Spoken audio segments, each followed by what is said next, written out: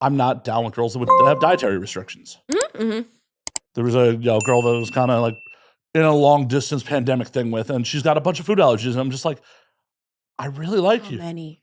A lot. Really? I only have one. I have a tree nut allergy. Like I've never had Nutella or pistachio ice cream or cashews. Really? Yeah, but like that's minor. Yeah.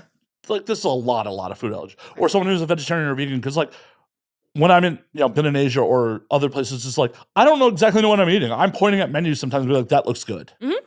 I think veganism is actually really performative, especially in the States. Oh, 100%. It's like, okay, you think that you're doing something good for the environment by eating a Beyond Burger. The 5th ingredient in a Beyond Burger is methyl cellulose, which is a classified laxative. So not only is it not even good for you, it literally takes so much water and plastic to package that. And you think you're going to be Mr. Green?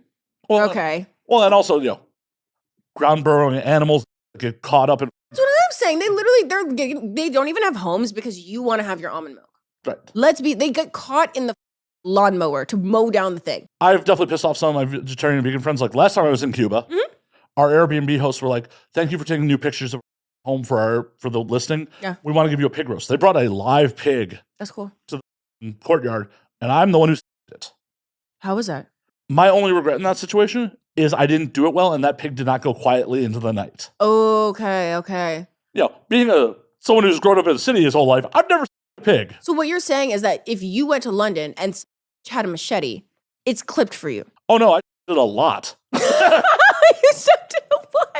I just didn't put it down quickly. Oh wait, okay. Have you ever seen Degrassi? Do you remember when JT got? I think that was New Generation. That was New Generation. I'm too old for that. Oh, you saw the old one with what was her name? The guy's name, Mr. Like, well, there's the guy who he was like the blonde guy, and then in the New Generation he ends up being the principal. Oh, argument. I do not remember the name, but yes. Yes, okay. I watch every episode of Degrassi. I would like literally stay up late and watch that. I watch VH1 when I was not supposed to. Tila Tequila. I'd watch Flava Flav. I'd watch Next. I ended up the way that I am. That's why I'm wearing a Juicy Couture skirt to this podcast. That no one can see. That no one can see, but it does say juicy on the butt. Should I stand up and show it? That is your call. I think I should. Okay, just so you guys know that I'm not lying. Scouts. I mean, I don't think anyone thinks you're lying. No, I think I should be showing. She just wants to show off her butt. Okay. Actually, yeah. So this is a cute, right? Juicy. See, she wanted to show me what her number 2 asset was. Yes, exactly. See, I'm on to you. Ooh, yeah. You see what I'm about. Yeah. You know what's going on. I may have been lying about the number 1 thing. Yay! Okay, but can't have dietary restrictions. Yeah, because it just impedes the experience. Like, we're gonna go to some random restaurant in some random city, and you're gonna be like, I don't speak the language. I'm gonna try to communicate to this person that nothing with a face could be in my meal. Oh my God, my brother actually is a vegetarian, or he was for a while, especially when he was a kid. He grew out of it? He did. My brother's such an empath. He's such a sweet person. He would go, I don't need anything that has a mommy. I'm the opposite. I wanted to have a mother, a father, hopes, dreams. You wanted to have a stepfather. You wanted to have a 401k. Whole life ahead of him. Right. Hopes, dreams. Everything. Yes. Oh, and back to the original point on the pig. We tangented there. Please. I felt it was irresponsible of me to be like, I eat meat and not being like, oh, I'm not willing to take this animal's life. Like, and be like, oh, I only eat meat if it comes. Right. Right. Because like if you feel like you can be divorced from it but still participate, it's like if you're going to be about it, be about it. Right. Be about it. Like if you're going to be about veganism, maybe you should not wear leather. Maybe you should like change up every single beauty product. Maybe you should not even talk to people who aren't vegan.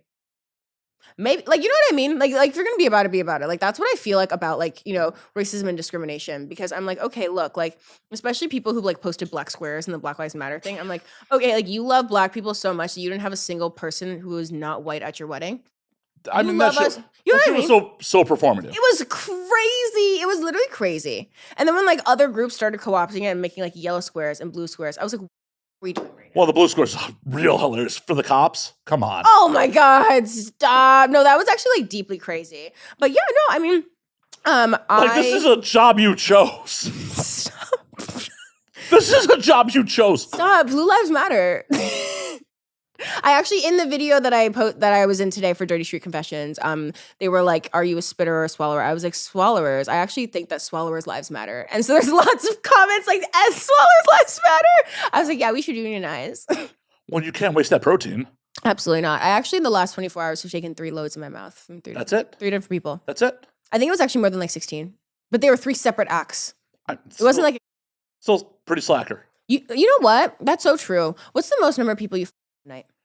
Only 2, but I'm just a dude. That's true. I'm not a performer. I'm not a worker. So 2 in under 12 hours, I think that's actually pretty good. Yeah. That's actually really good. And I almost married the second one, so. And then what happened? We sobered up. Makes sense. Makes sense. The most people a night is 10. Good on you. But was that in a set or is that in? That was work. See, that's work. Yeah, exactly. How many in real life, just for funsies, no money involved? 3. Good on you. Yeah. And that's even like, so honestly, people ask me all the time, like, do you still go out even though you don't drink? Like, yeah, I'm literally the life of the party. Like, I actually, because I'm from New York, know a lot of people, even just walking around, a lot of boarding school people move to New York, a lot of people from college and just being mixy and social. And I would go out for fashion week and people be like, yo, do you have bundle? Do you have bundle? And I'd be like, guys, like, that's like not what I'm like really doing right now. And but you still know someone. Yeah, of course I do. But like, yeah, but they'd be like, yo, you're out and like not doing, yeah, really? And I'm like, yeah, like, guys, yeah. And people are like shocked, you know? But it's funny because I feel like I actually, I love being a multi-hyphenate because it makes me feel, and not even just like in the work sense, you know, but in the social sense. Like I can be in the front row at SoulCycle. I can like go to a punk show. I can, you know, go to my little cousin's 4th birthday, right? And really do it all.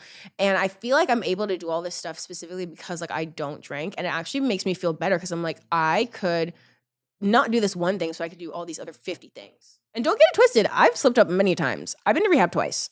I mean, this may be offensive, but it'd be a lot on.